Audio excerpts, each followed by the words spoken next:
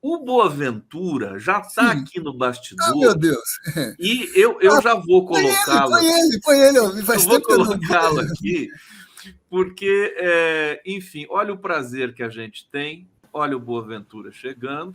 Ah, puxa vida, só o Conde para nos colocar na mesma sala agora, hein? Olá, Geraldo. Vai, o Tudo Conde, como é que bom? está? Deixa eu Ô, Tudo colocar a bem? gente Boaventura. assim um pouquinho. Deixa eu colocar o Boa aqui em cima. Vou ficar aqui embaixo. Boaventura Souza Santos, é uma felicidade muito grande. Que bom vê-lo Muito obrigado. conosco aqui, com esse sorriso, sempre o sorriso Obrigado. que significa a satisfação de estar entre o amigo Zé Geraldo e muito assim, muito honradamente também me considero seu amigo. E ao mesmo tempo da preocupação. Olha só quem chegou aqui também, ó. Luiz Nassif já está chegando aqui Ave também. Maria. Professor, tudo bom? Olá, Diego, Luís. Tudo bem? Muito Uma obrigado. nova jornada para todos nós aqui no 11 News. Nassif, bem-vindíssimo aqui. O Nassif aqui é o dono da casa aqui também. E eu quero, já que eu acabei de colocar o Boaventura aqui na nossa tela, deixa eu passar a palavra para ele, depois para o Nassif. Boaventura, nós recebemos a notícia agora há pouco aqui do embaixador brasileiro na Palestina, o Alessandro Candês, de que a fronteira em Gaza foi reaberta, a fronteira com o Egito, e estamos aguardando aí se os brasileiros vão entrar na próxima lista de repatriados, né? Como é que eu queria que você falasse assim, em linhas gerais, dos últimos momentos, últimos acontecimentos aí desse conflito que envergonha a todos nós, envergonha a humanidade. Boaventura Souza Santos, conosco. Olá, meus queridos amigos. Olá, o Zé Geraldo, Luís Nassif, o Conde. Muito obrigado por estar convosco nesta altura tão difícil, enfim, para o mundo em geral e, naturalmente, é um dia realmente aziago. Aliás, hoje morreu um dos grandes filósofos, ontem, aliás, morreu um dos grandes filósofos da América Latina, talvez um dos maiores realmente do século passado e deste, que é o professor Henrique Dussel, originário da Argentina e que vivia há muitos anos no México, de modo que registro esta nota de pesar por esse grande intelectual que foi Henrique Dussel e a sua filosofia da libertação, que tão importante foi para muitos de nós. Pois, quanto a isto, a propósito de libertação, não é? Eu devo-lhe dizer, Conde, que para mim a sensação mais simples e mais direta, eu só estou à espera quando as ordens de prisão para Netanyahu são emitidas pelo Tribunal Penal Internacional. É só isto. Eu sei que o presidente do tribunal esteve na fronteira, que está agora, que se abriu, conhece a situação. Foi ele, aliás, que agilizou de uma maneira surpreendente para muita gente no mundo o mandado de captura para Vladimir Putin por causa da guerra da Ucrânia. E eu pergunto agora o que é que falta neste momento, com crimes contra a humanidade cometidos, genocídio cometido neste momento, o que é que falta realmente para que o mandado de captura internacional seja emitido? Essa seria a notícia, digamos, que o mundo receberia, em meu entender, o mundo democrático, o mundo humano, receberia depois de todos estes dias em que nós, obviamente, aqui na Europa, de alguma maneira, limitados pela propaganda, pela guerra de propaganda que começou há muito tempo com a guerra da Ucrânia e que agora se prolonga também por aqui, mas felizmente não cortaram a voz da Al Jazeera e, portanto, nós podemos assistir aos programas da Al Jazeera e aos programas turcos também, que são importantes neste caso, e que nos ajudam a ver um pouco o que é que se está a dar no terreno, porque os enviados especiais da televisão portuguesa, claro, estão em Haifa e em Tel Aviv a analisar o drama dos palestinos, não é? De modo que é só isto que eu lhe quero dizer. Realmente a notícia é muito importante. De facto, Portugal também tem algumas pessoas que estão esperando a saída para ser repatriados. Há 6 portugueses, não é muita gente, mas basta uma pessoa, obviamente, Mas, obviamente, também o que me preocupa são aqueles que não podem sair, aqueles que vão ficar e que estão a morrer realmente desta forma que nós sabemos. Não? O Ventura Souza Santos aqui no 11 News. Luiz Nassif, meu querido, passo para você a palavra aí para fazer as honras da casa aos nossos ilustres convidados. Como é que você está? Bom, primeiro eu queria dizer que nesses momentos de desumanização, o prazer e a honra aqui de estar com dois grandes pensadores do humanismo mais democrático possível aí, que é o Boaventura Santos e o Zé Geraldo de Souza Júnior.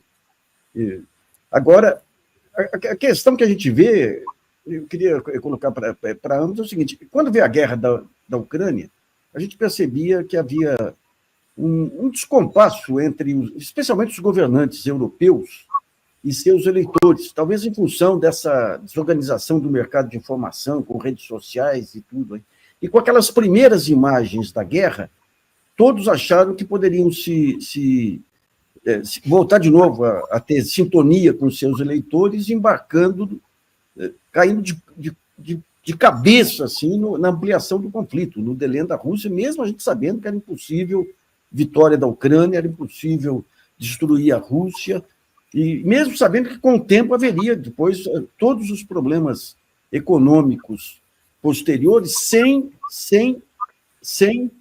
digamos, o impacto inicial da guerra. O que pode acontecer com essa questão da Palestina, com as reações que estão ocorrendo em todas as capitais europeias, com a mudança geopolítica hoje, que foi muito bem lembrado outro dia pelo embaixador Marcos Azambuja, numa entrevista que deu para o GGN, o fato hoje de você ter populações imensas de turcos, árabes, palestinos nas principais nações europeias. Qual vai ser o desfecho desse embate, já que Israel, mesmo sem Netanyahu, não aceita a ideia dos dois países? O que vai dar para a humanidade, digamos, as lições aprendidas aí? Quem vai primeiro, Boaventura ou Zé Geraldo? Eu já falei bastante, deixa o Boaventura falar. Vamos ouvir o Boaventura, depois o Zé Geraldo fala, então. Vamos lá, Boa. Bom, eu acho que isto realmente é bom o Luiz Nassif ter chamado a atenção para a continuidade destas duas guerras, digamos assim, aqui do ponto de vista da Europa, a guerra da Ucrânia e agora a guerra em Gaza, não é?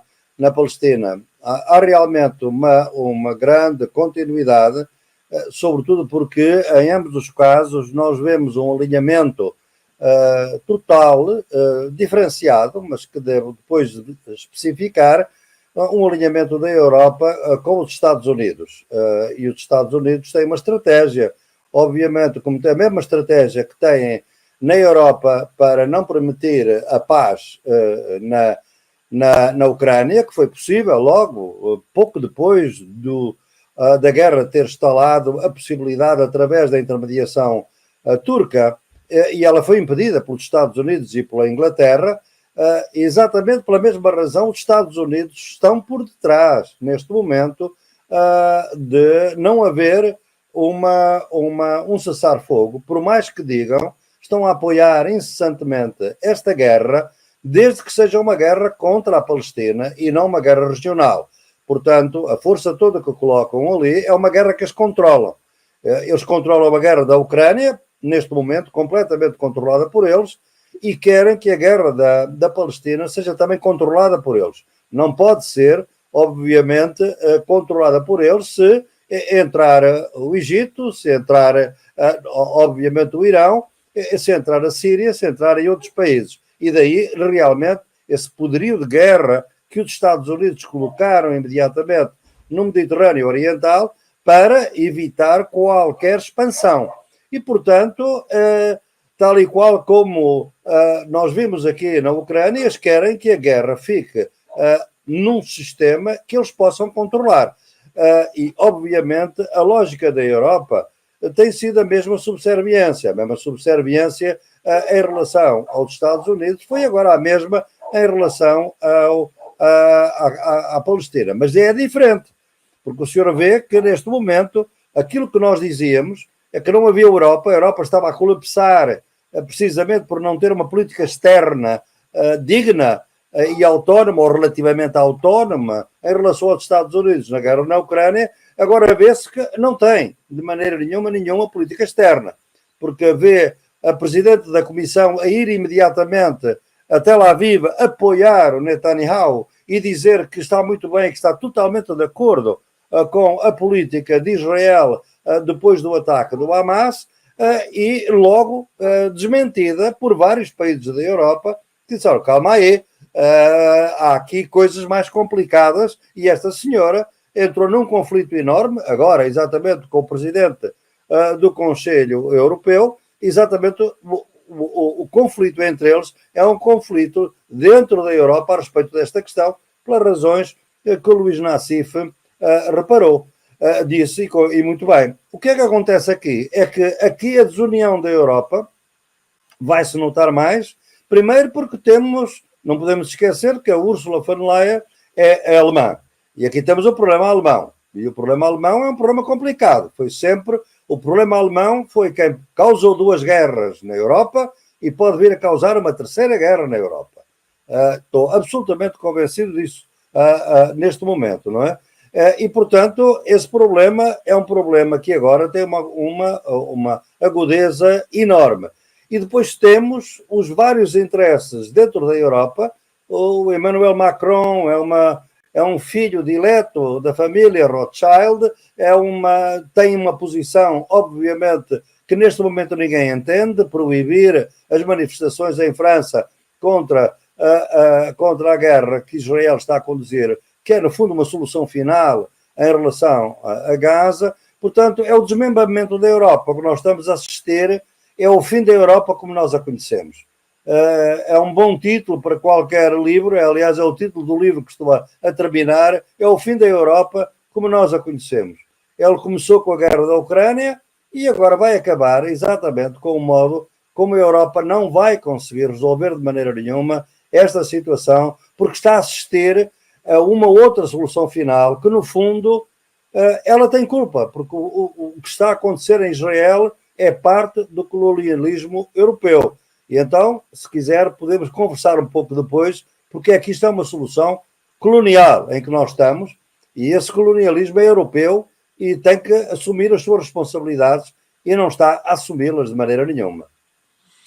Privilegiados vocês que estão assistindo aqui esse evento, esse debate com Boaventura Sousa Santos, um dos maiores sociólogos do mundo, né, Nassif? Todos nós já sabemos disso há muito tempo. E o professor Zé Geraldo de Souza Júnior, um dos maiores intelectuais aqui do Brasil também.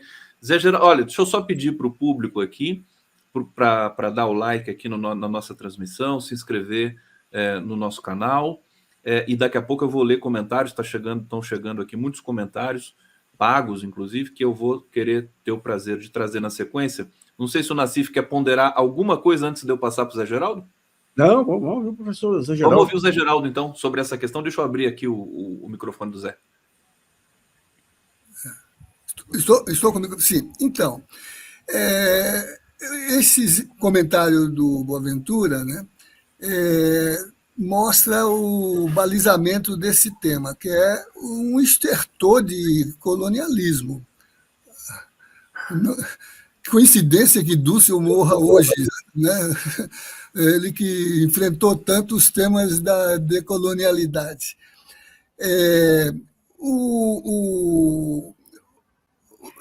Pensemos o seguinte, a gente chama guerra, mas é realmente uma guerra no sentido de enfrentamento de dois combatentes, países equivalentes na sua capacidade de beligerar. Há uma desproporção de forças e uma direção de procedimento que retira essa configuração de guerra, sobretudo no caso palestino, né? Por isso que Boaventura lembra que é uma questão que envolve, de um lado, né, um acerto do próprio capitalismo no contexto dos seus objetivos na região, né, Você lembra, Conde, que eu mencionei no nosso último encontro que o Goldman Sachs é o dono do mundo. Não é que ele defina a gestão financeira do mundo e, portanto, dos negócios. É que ele traduz uma lógica de condução do processo de domínio do mundo, quando ele é capaz, inclusive, de colocar quadros na governança, por exemplo, de democratas e republicanos na direção política dos Estados Unidos. No máximo, seria uma guerra do capitalismo contra outras estratégias de construir alternativas de convivência e de realidade político-social no resto do mundo. Por isso que não é uma coisa só da tradição, da origem histórica comum, dos valores, dos sentimentos religiosos. É uma questão de um domínio econômico de uma região que, por exemplo, tem na presença de Israel como um Estado que é uma espécie de moderador, o tipo gendarme daquela região, né? Representando um papel que não é o seu próprio interesse, mas é o interesse geral da lógica capitalista naquele ambiente, né? No caso da Ucrânia, é mais no sentido estratégico, porque aí é uma guerra da OTAN contra a Rússia e contra a possibilidade da Rússia representar, né, uma contra-hegemonia na perspectiva do teatro europeu, do seu processo de atuação, né? Então, eu acho que se é assim, nós não podemos ter a ilusão de que discutir sobre a perspectiva dos sentimentos morais desse processo resolva a questão que está em causa, porque é um acerto da lógica econômica que está em discussão, né? Então, agora, o problema no contexto atual, sobretudo na Palestina, é de que se exauriu a dimensão humana dessa discussão. Se perdeu a humanidade nessa discussão. Quando o saldo de mortos são crianças, são idosos, são desvalidos, são sobrantes, é que está em jogo uma estratégia que, por exemplo, no caso, né, aposta numa solução final, como disse o Boaventura. Não, por acaso, essa semana, um ministro do governo de Israel disse que a bomba atômica seria uma solução adequada para resolver este problema E um outro disse que, se são refugiados, que joguemos eles mundo afora. Se são refugiados, que joguemos eles mundo afora, né? Então, eu diria assim, não dá para discutir esse tema somente na perspectiva de discursos antagônicos do tipo semitismo, antissemitismo, sionismo, antisionismo, ódio versus ódio. Isso é fenômeno. O que está em causa é o que se joga de força capitalista nesse processo e quais são os interesses estratégicos para segurar, né, essa nova fronteira de articulação do econômico que disputa outro campo de mercado, né? Que, no fundo, é uma guerra dos Estados Unidos contra a China, não esqueço disso. Não, se a gente chegar, a gente pode chegar nesse ponto. Deixa eu só pedir para vocês aqui licença para ler alguns comentários aqui do nosso público. Olha, Maria Aparecida Coimbra Peixoto. Estamos juntos e misturados, querido Gustavo Conte, o pessoal aqui dando muito carinho aqui para o nosso projeto. A Laide David. Bom dia, comunidade. Com o direito de seguir onde você for, não te deixarei nunca. Que bonito. Opa. Isso aqui. O Nassif vai me deixar, ele já me deixou antes. Denis Rahal, Conde, grato pela qualidade das apresentações jornalísticas. A Grace Moura faz uma pergunta aqui que eu vou deixar no ar, depois a gente recupera. Professor, sendo os palestinos semitas, esse discurso de antissemitismo não é incoerente? Só um segundo, queridos, daqui a pouco eu retomo. Carlos Achete, obrigado pela colaboração. Evelina Antunes aqui também. Tânia Santana Cortes, muito obrigado. Pedro Antônio Cândido, 11 News, demais. Professor Zé Geraldo, 10. Abraços. Vivian Lee. Dois Zé indispensáveis, Geraldo e Arbex. Sandra Gomes, Gomes, é isso mesmo, obrigado. Pedro Antônio, mais uma vez, que banca maravilhosa, parabéns, Condão. Silvana Reis, que live, só a mão. Porra, aqui o cachorrinho. Terezinha Braga de Moraes, viva o jornalismo crítico e corajoso, parabéns, caro Gustavo Conde, estou fechada com você, todos os canais progressistas, irmanados com você, muito obrigado. André Lobo, minha módica contribuição ao canal, parabéns pelo programa. Muita gente aqui. Maria Elizabeth Rangel Silva, obrigada, Conde, por nos proporcionar esse encontro maravilhoso. Marta Mendes, bora, Conde, convidados aqui, não vou falar, porque o pessoal está empolgado aqui. Júlio Nunes, Conde, te achei, tamo junto, Piauí, presente. Nassif, passo para você aqui, para a gente seguir nessa... Então, é só para... Nos anos 90, eu convivi muito com um banqueiro brasileiro, Walter Moreira Salles, que escrevi a biografia dele, e as razões são banais. Ele era da minha cidade, eu queria reconstruir um pouco a história da minha cidade. E ele teve uma convivência muito grande com o capitalismo mundial na era do capitalismo familiar, antes de virar esse negócio de CEO e tudo. E muita ligação, inclusive societária e de amizade, com o Nelson Rockefeller. É interessante a gente juntar duas coisas aí da chamada geopolítica americana. O Nelson Rockefeller talvez tenha sido o grande estadista assim, do capitalismo americano.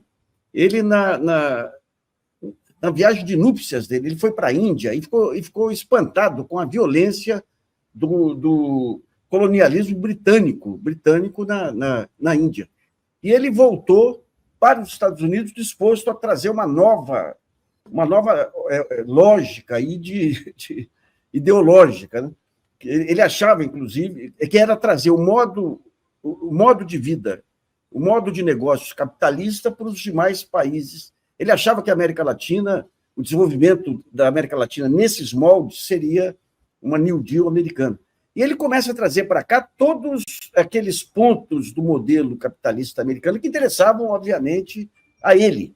Por exemplo, é ele que banca aqui uma reforma aqui, urbanística em São Paulo, no tempo de Prestes Maia, que acaba praticamente com o transporte público, com bondes e tudo, institui o transporte rodoviário. É ele que, através do Assis Figueiredo, que, aliás, foi prefeito de Poços lá, consegue a criação de um imposto sobre combustíveis que financia as rodovias em detrimento das ferrovias. Ele que institui aqui os primeiros bancos de investimento para ter uma integração entre capitais aí, brasileiros e internacionais, que já havia no século XIX, tudo aí, mas ele tenta... Então, digamos, esse modelo econômico americano, tanto que as empresas americanas vinham para cá, a primeira coisa que elas faziam era contratar uma agência de publicidade que tinha pressão sobre os jornais e contratar um grande escritório de advocacia. Esse modelo, e depois tem, a partir dos anos 60, aliás, eu estou incluindo num documentário, até uma dica do Boaventura, uma conversa que nós tivemos, aí o relatório Rockefeller, que abre espaço aí para a vinda das igrejas neopentecostais, acabando aqui com a teologia da libertação. E os Estados Unidos passam a levar esse modelo para o mundo inteiro da forma mais belicosa possível. É por isso que eu acho que Israel, quando eles colocam aquele enclave no Oriente Médio, o Israel, além de defender interesses mais imediatos, a ideia era levar esse modelo capitalista, entrar numa área que resistia, aí, que era essa área do Oriente Médio. Do Oriente... Agora, o que acontece? De um lado, nós tivemos aí todo esse processo de crise que vem a partir de 2008, que o modelo capitalista americano foi para o vinagre. A ultrafinanciarização acabou com todo o dinamismo da economia americana e acabou com o dinamismo das economias europeias. Aí, o próprio Macron, que é Macron que entregou tecnologias da Alstom para os Estados Unidos agora, já pegou de volta. E junto com isso, você tem essa belicosidade americana, como o professor colocou, acaba com a noção de Europa aí.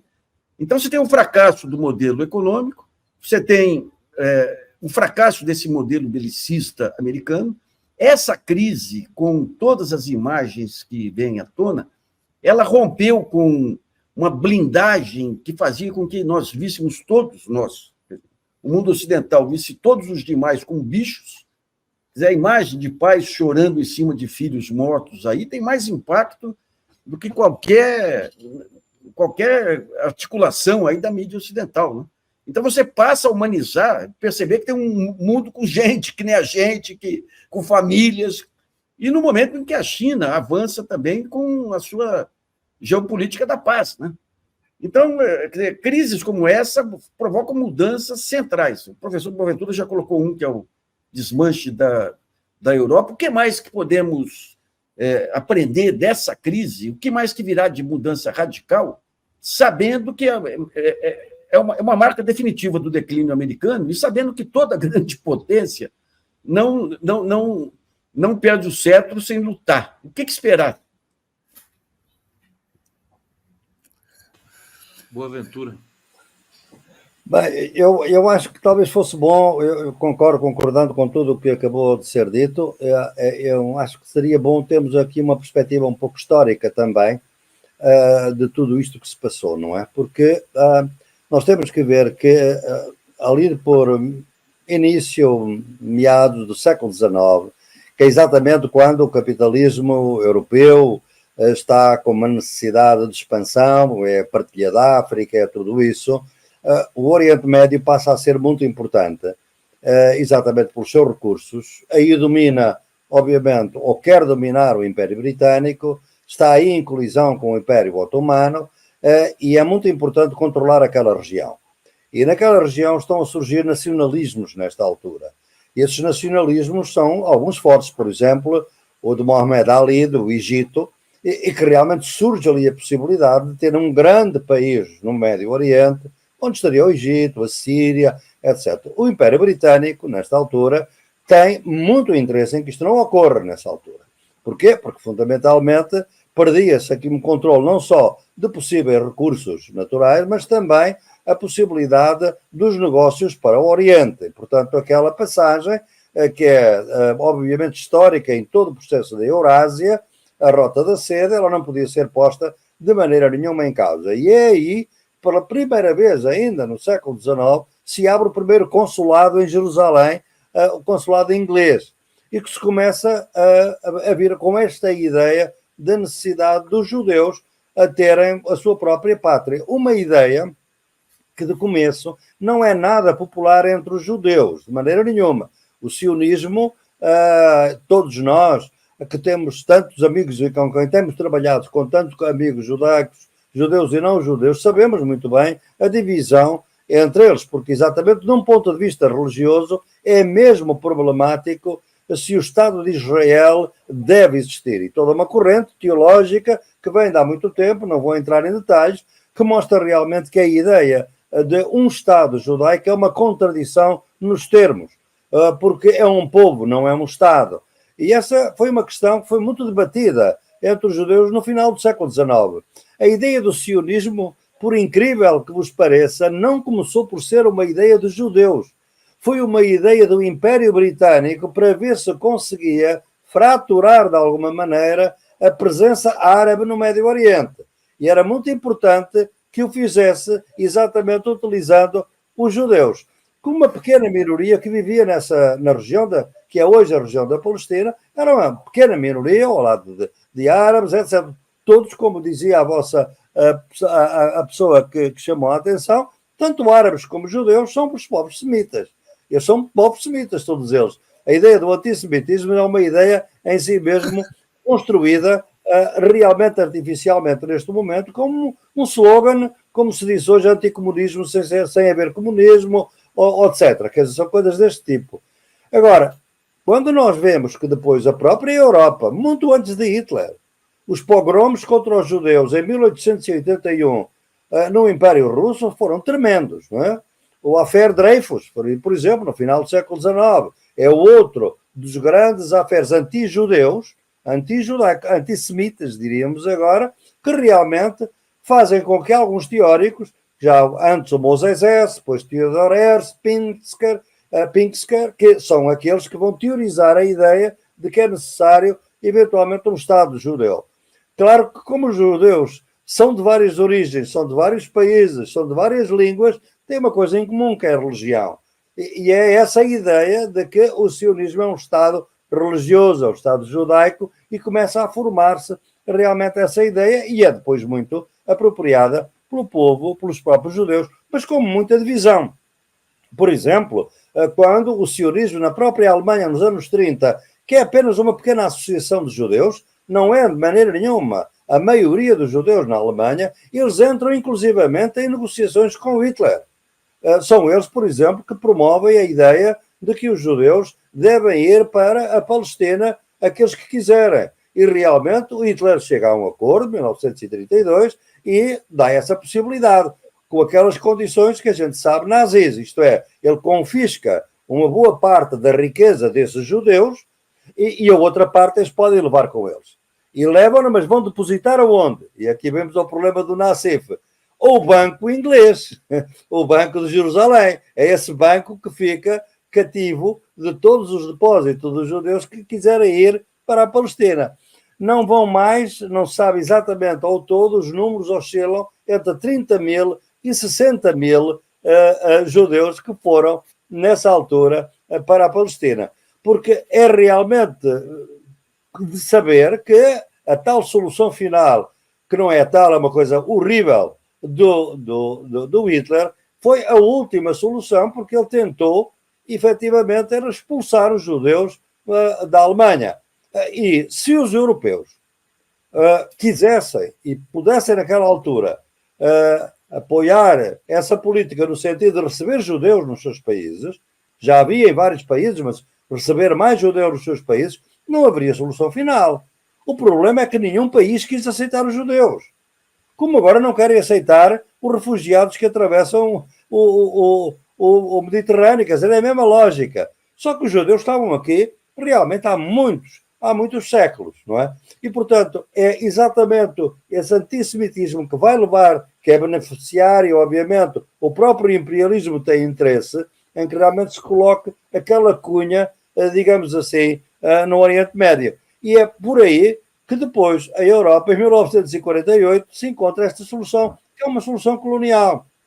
É uma solução colonial para, obviamente, um pecado, se nós quisermos pôr em termos religiosos, europeus, porque foram eles que causaram, realmente foi a Alemanha que causou o Holocausto, mas, como digo, muito antes do Hitler, o antissemitismo já existia, obviamente, e depois a solução dos dois Estados, os palestinianos, não tinham culpa nenhuma do que os europeus tinham feito, e realmente os próprios sionistas chegaram a matar judeus que não queriam ficar na Palestina, porque a ideia é que teriam que ir para aquela terra prometida. É então que surge o mito da terra prometida, que é um mito como outro mito qualquer, uma supremacia com base numa terra prometida. E é essa ideia da terra prometida que vai ser apropriada depois pelos neopentecostais por aquilo que é hoje o sionismo cristão, que é uma corrente muito forte dentro do sionismo, que é o sionismo dos não-judeus,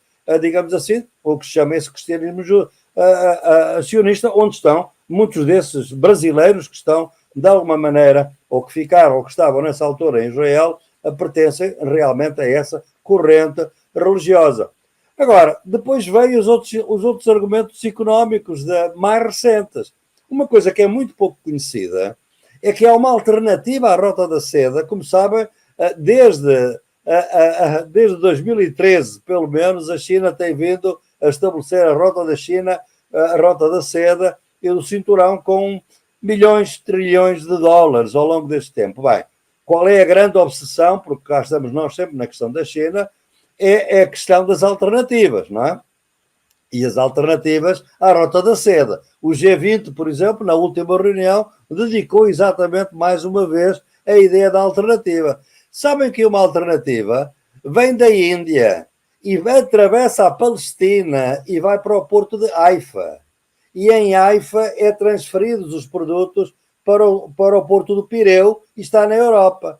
Ou seja, há aqui, embora não se fale nisso, mas há aqui o interesse de alguma maneira fazer uma terra no Lios, uma terra de ninguém, por onde possa passar exatamente essa alternativa que viria da Índia e que viria estabelecer uma alternativa à China. É claro que há aqui uma série de obstáculos, o próprio Irão é um obstáculo, mas tem a Arábia Saudita e, portanto, é muito importante que a Arábia Saudita esteja nisto. A Síria tem que se manter desestabilizada exatamente para permitir esta solução. Ou seja, há negócios que estão aqui que nós não sabemos, não conhecemos muito bem, como muita gente não se apercebeu da grande crise do Níger. A grande crise do Níger, que causou um pânico horrível aqui na Europa e no Ocidente e nos Estados Unidos, é por uma razão simples. É que já estava a ser preparado uma alternativa aos oleodutos e aos gasodutos que vêm da Rússia, que vinham da Rússia para a Europa, era um que ia da Nigéria, pelo Níger, até a Argélia. Isto já está planeado. Quando os militares tomam o poder no Níger, uma das primeiras coisas que eles dizem é por aqui não passa o gasoduto. Bem, isso entra em pânico. E é por isso que os franceses ficam completamente... A Europa não tem recursos naturais. É o colonialismo sempre que lhes deu. E ultimamente a Rússia lhe deu uma solução barata. A solução dos Estados Unidos é a solução da ruína. Porque realmente pagar por 4 ou 5 vezes o preço que pagava antes, nenhuma empresa é rentável na Europa. O melhor exemplo é o caso da Alemanha neste momento, é entrar já numa recessão. Portanto, são todas estas coisas em jogo que a gente tem que ver, por um lado, um pouco de história, para depois entender como é que o Estado de Israel se insere nesta região e depois como, de facto, a ideia dos dois Estados nunca é aceita por eles, pelos sionistas não aceitam a ideia dos dois Estados. O Estado é o Estado judeu. E realmente temos grupos radicais entre os palestinianos que também não aceitam. O Hamas não aceita, não reconhece o Estado de Israel. E, portanto, de alguma maneira, há aqui uma conivência, digamos assim, estranha e horrível entre o Hamas e Israel, porque nenhum deles reconhece o outro. O Hamas não reconhece o Estado de Israel e Israel não reconhece dois Estados. Pronto. E é esta arma, por isso é que a gente sabe que o Hamas, de alguma maneira, foi financiado e tem sido apoiado. O Hamas era muito pequeno e é recente. O Hamas não tem nada a ver com o Hezbollah. O Hezbollah é muito mais profissional e muito mais forte. O Hamas é relativamente recente. Quem é que o financiou? Bem, a gente sabe que há financiamento do Qatar. Quem o facilitou? Israel esteve metido nisto. Porquê? Porque era enfraquecer Al-Fatah. Quanto mais dividir Al-Fatah, foi isso que dividiu. O que eles nunca esperaram é que o Hamas ganhasse umas eleições. Eles queriam que o Hamas fosse uma força de oposição à Fatah para dividir a organização da Palestina, para os palestinianos estarem divididos. Quando o Hamas ganha as eleições em 2006, notem, eleições observadas por observadores internacionais. São livres e limpas.